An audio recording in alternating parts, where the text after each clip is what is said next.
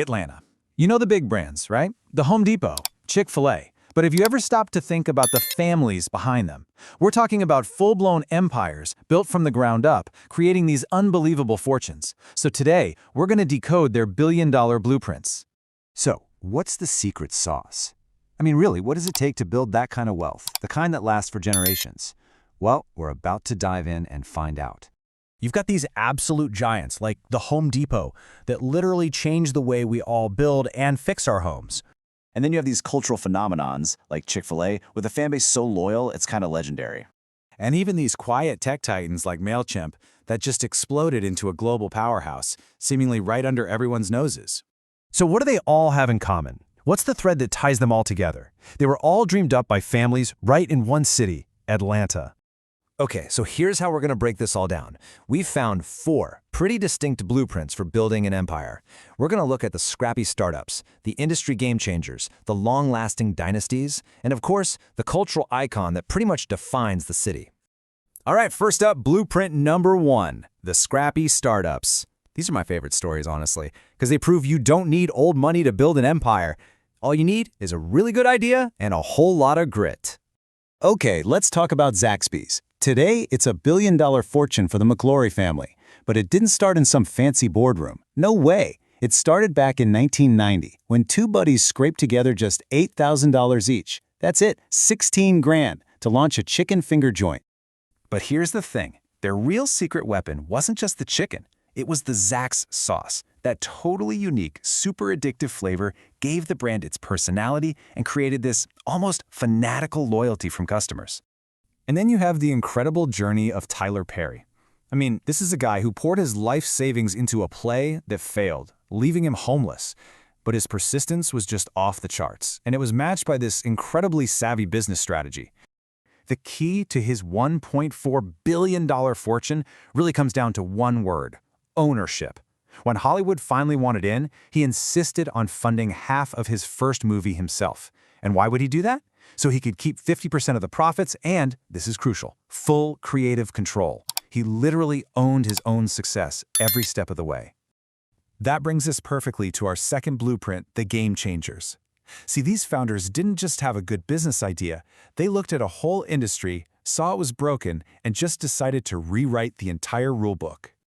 Okay, imagine getting fired from your job. For most of us, it's a nightmare. For Arthur Blank and Bernie Marcus, it was the best thing that ever happened. The very next day, they dreamed up the Home Depot. Their idea was so simple but so revolutionary.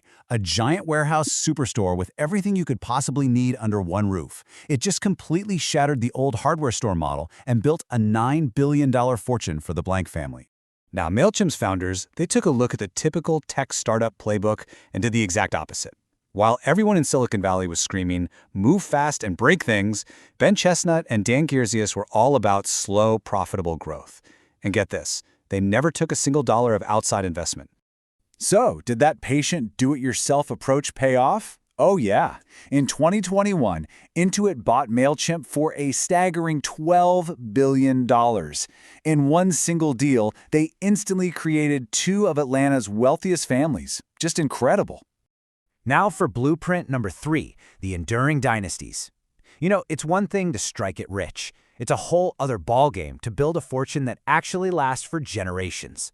These families are masters of that art.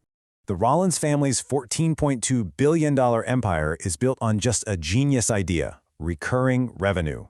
I mean, think about it. If there's a recession, you might skip a vacation. But are you going to stop paying the guy to get pests out of your house? No way. Orkin's subscription model for pest control is a stable, predictable cash machine no matter what the economy is doing.